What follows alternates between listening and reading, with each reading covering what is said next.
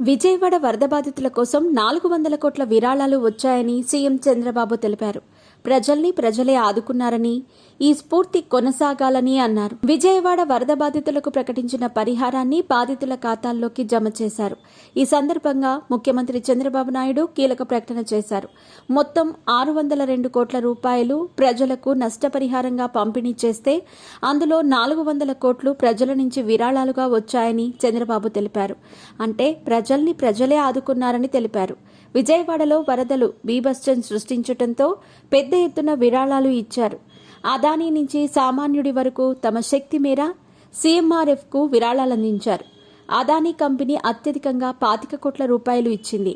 ఉద్యోగులు కూడా ఒకరోజు జీతం విరాళం ఇచ్చారు. ఇలా అన్ని వర్గాలు స్పందించడంతో బాధితులకు వెంటనే సాయం అందింది. వరదలు తగ్గిన వెంటనే ప్రభుత్వాధికారులు ఎన్యూమరేషన్ ప్రక్రియ చేపట్టారు. వరదలు వచ్చిన ప్రతి ఇంటికి పరిహారం అందించారు. నష్టపోయిన ప్రతి ఒక్కరికి సాయం అందించాలన్న లక్ష్యంతో పనిచేశారు. ఆ మేరకు 4 లక్షల మంది ఖాతాల్లో సాయం జమ చేశారు. ఏదైనా విపత్తు వచ్చినప్పుడు ప్రభుత్వాలకు విరాళాలు ఇవ్వటం సహజమే. అయితే ఇలా ఒక్కసారే 100 కోట్లు వచ్చేంత సాయం గతంలో ఎప్పుడూ రాలేదు.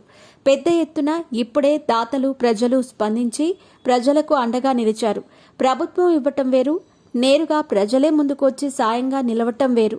ఆ స్ఫూర్తి ముందుగా అందరూ కలిసికట్టుగా కష్టాల్లో ఉన్నప్పుడు ఒకరికొకరు ఆదుకోవటానికి ఉపయోగపడుతుందని అనుకోవచ్చు. అందుకే చంద్రబాబు నాయుడు విరాళాల్ని ప్రోత్సహిస్తారని చెబుతారు. ఇలా నగదు రూపంలో ఇచ్చిన వారే కాకుండా వరదల సమయంలో బాధితుల కోసం కోట్లు ఖర్చు పెట్టిన సంస్థలు ఉన్నాయి. ఆహారం, నీరు అందించేందుకు లక్షలు ఖర్చు పెట్టారు. దివీస్ పరిశ్రమ ఆహారం కోసం 5 కోట్లకు పైగా ఖర్చు పెట్టింది. అదనంగా విరాళంగా ఇచ్చింది. చిన్న స్వచ్ఛంద సంస్థలు కూడా విడిగా బెజవాడ వాసులకు సరుకులు సరఫరా చేశాయి. వైసీపీ అధినేత జగన్ ₹1 కోటి సహాయం ప్రకటించారు. ఆ మొత్తాన్ని సరుకుల రూపంలో పంపిణీ చేశామని తెలిపారు.